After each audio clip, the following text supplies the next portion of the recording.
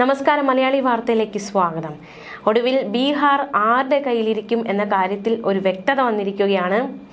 NDA തന്നെ ബീഹാർ വാഴും എന്ന് തന്നെ മനസ്സിലാക്കാൻ സാധിക്കുന്നു. ബീഹാർ നിയമസഭാ തിരഞ്ഞെടുപ്പിന്റെ വോട്ടെണ്ണൽ ചില മണിക്കൂറുകൾ പിന്നിടുമ്പോൾ എക്സിറ്റ് പോളുകൾ പ്രവചിച്ചതുപോലെ NDAക്ക് വൻ കുതിപ്പ്. 243 അംഗ നിയമസഭയിലേക്ക് നടന്ന പോരാട്ടത്തിൽ കേവല ഭൂരിപക്ഷവും കടന്ന് ഭരണകക്ഷി മുന്നേറുകയാണ്. RJDയുടെ നേതൃത്വത്തിലുള്ള മഹാസഖ്യം വലിയ തകർച്ചയിലേക്ക്, അതായത് വൻ തകർച്ചയാണ് മഹാസഖ്യത്തിന് ഉണ്ടായിരിക്കുന്നത് എന്ന് തന്നെ പറയേണ്ടി വരും. എന്തായാലും ആദ്യഘട്ടങ്ങളിൽ അത് തന്നെയാണ് വ്യക്തമാകുന്നത്.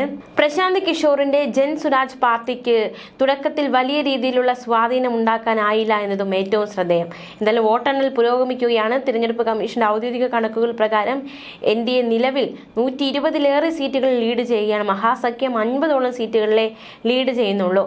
അതേസമയം വോട്ടെണ്ണൽ കേന്ദ്രങ്ങളിൽ നിന്നുള്ള റിപ്പോർട്ടുകൾ പ്രകാരം NDA 150ഓളം സീറ്റുകളിലാണ് മുന്നേറുന്നത്. മഹാസഖ്യം 60ഓളം സീറ്റുകളും. വിവിധ സംസ്ഥാനങ്ങളിലെ 8 നിയമസഭാ മണ്ഡലങ്ങളിലേക്ക് നടന്ന ഉപതെരഞ്ഞെടുപ്പ് ഫലവും ഇന്ന് അറിയുവാൻ സാധിക്കും. എന്തായാലും ബീഹാറിൽ വോട്ടെണ്ണൽ മണിക്കൂറുകൾ പിന്നിടുമ്പോൾ ഭരണ തുടർച്ച NDA ഉറപ്പിക്കുകയാണ്. ഏറ്റവും വലിയ ഒറ്റകക്ഷിയായിട്ട് BJP മാറുന്നു എന്നൊരു കാര്യം കൂടി ഇവിടെ ശ്രദ്ധേയം. 100 സീറ്റ് പോലും തികയ്ക്കാനാവാതെയാണ് മഹാസഖ്യം തകർന്നടിഞ്ഞിരിക്കുന്നത്. നിലവിലെ ലീഡ് നില NDA 162, ഇന്ത്യ സഖ്യം 77, JSB 4, മറ്റുള്ളവർ 8 എന്ന രീതിക്കാണ്. അതേസമയം ബീഹാർ വോട്ടെണ്ണൽ ദിവസം വോട്ട് കൊള്ള ആരോപണം ഉന്നയിച്ച് കോൺഗ്രസ് നേതാവ് മാണിക്യൻ ടാഗോർ രംഗത്ത് വന്നിട്ടുണ്ട്.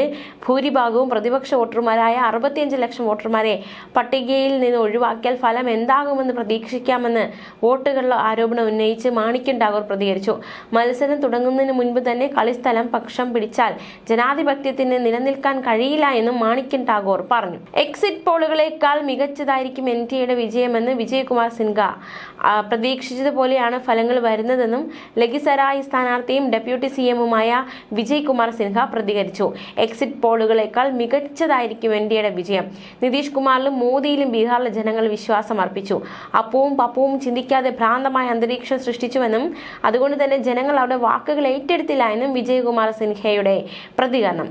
BJP ക്യാമ്പ് ആത്മവിശ്വാസത്തിലാണ്. ബീഹാറിൽ NDA കേവല ഭൂരിപക്ഷം കടന്നതോടെ പൂർണ്ണ ആത്മവിശ്വാസത്തിലേക്ക് BJP ക്യാമ്പ് എത്തിയിരിക്കുകയാണ്. BJP ദേശീയ ആസ്ഥാനത്ത് വലിയ രീതിയിലുള്ള ഒരുക്കങ്ങൾ തുടങ്ങിക്കഴിഞ്ഞു. കൗണ്ടിംഗ് ഡേ സ്പെഷ്യൽ പൂരിയും ജിലേബിയും തയ്യാറാക്കുകയാണ്. പതിവ് പോലെ തന്നെ വിജയിച്ചാൽ മോദി ഇന്ന് വൈകുന്നേരം അഭിസംബോധന ചെയ്ത് സംസാരിക്കും. അതേസമയം കേവല ഭൂരിപക്ഷം കടന്നിരിക്കുകയാണ് NDA തകർന്നടിഞ്ഞു കോൺഗ്രസ്.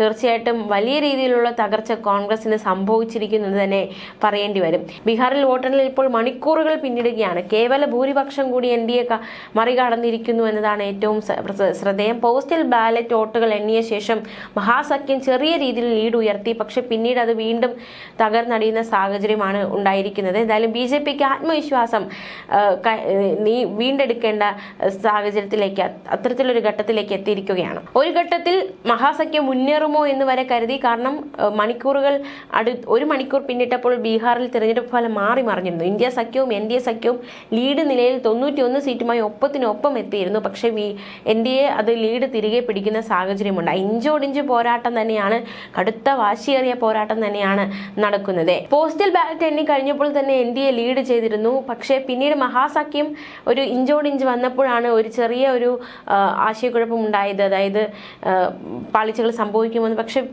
വീണ്ടും NDA തന്നെ ലീഡ് ചെയ്യുന്ന സാഹചര്യമുണ്ടായി. ആദ്യ ലീഡ് NDAക്ക് ബീഹാറിൽ പോസ്റ്റൽ വോട്ടുകൾ എണ്ണി തുടങ്ങിയപ്പോൾ തന്നെ ഉണ്ടായിരുന്നു. ബീഹാറിലെ സർക്കാർ ജീവനക്കാർ നിലവിലെ ഭരണകൂടത്തെ തന്നെ പിന്തുണയ്ക്കുന്നുവെന്ന സൂചന ഇതിൽ നിന്ന് ലഭ്യമായി. എന്തായാലും രാജ്യം ഒന്നടങ്കം ബീഹാറിലേക്ക് ഉറ്റുനോക്കുകയാണ്. വോട്ടെണ്ണൽ തുടങ്ങി. രാവിലെ 8 മണി മുതലാണ് വോട്ടെണ്ണൽ തുടങ്ങിയത്. ആദ്യഘട്ടത്തിൽ പോസ്റ്റൽ ബാലറ്റുകളാണ് എണ്ണി തുടങ്ങിയത്. അരമണിക്കൂറിൽ അവ എണ്ണി തീർത്തു. ശക്തമായ രാഷ്ട്രീയ മത്സരം കാഴ്ചവെച്ച ബീഹാറിൽ ആര് വാഴും ആര് വീഴും, എന്തായാലും ആര് വാഴുമെന്ന കാര്യത്തിൽ ഏതാണ്ട് ഒരു ഉറപ്പിക്കേണ്ടതായിരിക്കുകയാണ്. എന്തായാലും ഔദ്യോഗികമായിട്ടുള്ള ഒരു ഫലമൊക്കെ വരേണ്ടതായിട്ടുണ്ട്.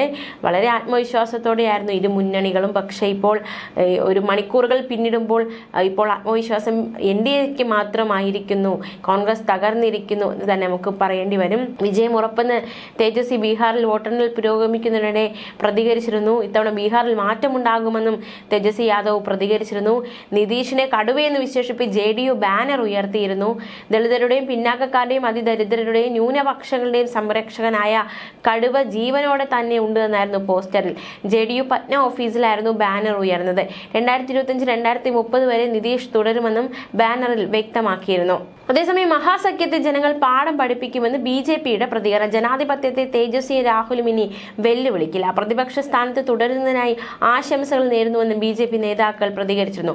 12 മണിയോടെ BJPയുടെ ദില്ലി പറ്റ്ന ആസ്ഥാനങ്ങൾ ആഘോഷത്തിമിർപ്പിലാകുമെന്നും BJP വക്താവ് ജയ്വീർ ഷർഗിൽ പറഞ്ഞു. അതേസമയം ആത്മവിശ്വാസത്തിലാണ് JDU. എന്തായാലും ആത്മവിശ്വാസത്തിന് മങ്ങലേൽക്കപ്പെട്ടിട്ടില്ല എന്ന് തന്നെയാണ് നമുക്ക് മനസ്സിലാക്കാൻ സാധിക്കുന്നത്. മാത്രമല്ല ജില്ലാ ഭരണകൂടം പ്രത്യേക ഒരു മുന്നറിയിപ്പ് നൽകിയിട്ടുണ്ട്. ബീഹാർ തെരഞ്ഞെടുപ്പ് ഫലം പുറത്തു വന്നതിന് ശേഷം ആഹ്ലാദ പ്രകടനങ്ങൾ പാടില്ല എന്നാണ് ജില്ലാ ഭരണകൂടം അറിയിച്ചിരിക്കുന്നത്. നിരത്തുകൾ കയ്യേറിയുള്ള എല്ലാ ആഘോഷങ്ങൾക്കും ഇന്നത്തേക്ക് നിരോധനം ഏർപ്പെടുത്തിയിരിക്കുകയാണ്. ഈ മാസം 16 വരെ പാറ്റ്ന നഗരത്തിൽ നിരോധനാജ്ഞ തുടരുമെന്നും ജില്ലാ ഭരണകൂടം അറിയിച്ചു. അതേസമയം മറ്റൊരു വാർത്ത കൂടി. ബീഹാർ നിയമസഭാ തെരഞ്ഞെടുപ്പ് ഫലത്തിന് തൊട്ടു മുൻപ് പ്രകോപന പരാമർശവുമായി RJD നേതാവ്. RJD സ്ഥാനാർത്ഥികൾ തോൽപ്പിച്ചാൽ നേപ്പാൾ, ബംഗ്ലാദേശ്, ശ്രീലങ്ക എന്നിവിടങ്ങളിൽ കണ്ടതിന് സമാനമായ സംഭവങ്ങൾ ബീഹാറിലും ഉണ്ടാകുമെന്ന് RJD നേതാവ് സുനിൽ സിംഗ് പറഞ്ഞു. പിന്നാലെ നേതാവിനെതിരെ കേസെടുത്തു. 2020 തങ്ങളുടെ നിരവധി സ്ഥാനാർത്ഥികളെ ബലപ്രയോഗത്തിലൂടെ പരാജയപ്പെടുത്തി. പൊതുജനങ്ങൾ അവരുടെ അധികാരം നൽകിയ വ്യക്തിയെ നിങ്ങൾ പരാജയപ്പെടുത്തിയാൽ നേപ്പാൾ, ബംഗ്ലാദേശ്, ശ്രീലങ്ക എന്നിവിടങ്ങളിലെ റോഡുകളിൽ നിങ്ങൾ കണ്ട അതേ കാഴ്ചകൾ ബീഹാറിലെ റോഡുകളിലും കാണണമെന്ന് വോട്ടെണ്ണൽ പ്രക്രിയയിൽ ഉൾപ്പെട്ട എല്ലാ ഉദ്യോഗസ്ഥരോടും താൻ മുന്നറിയിപ്പ് നൽകിയിട്ടുണ്ടെന്ന് RJD നേതാവ് സുനിൽ സിംഗ് പറഞ്ഞു. ന്യൂസ് ഡെസ്ക് മലയാളി വാർത്ത.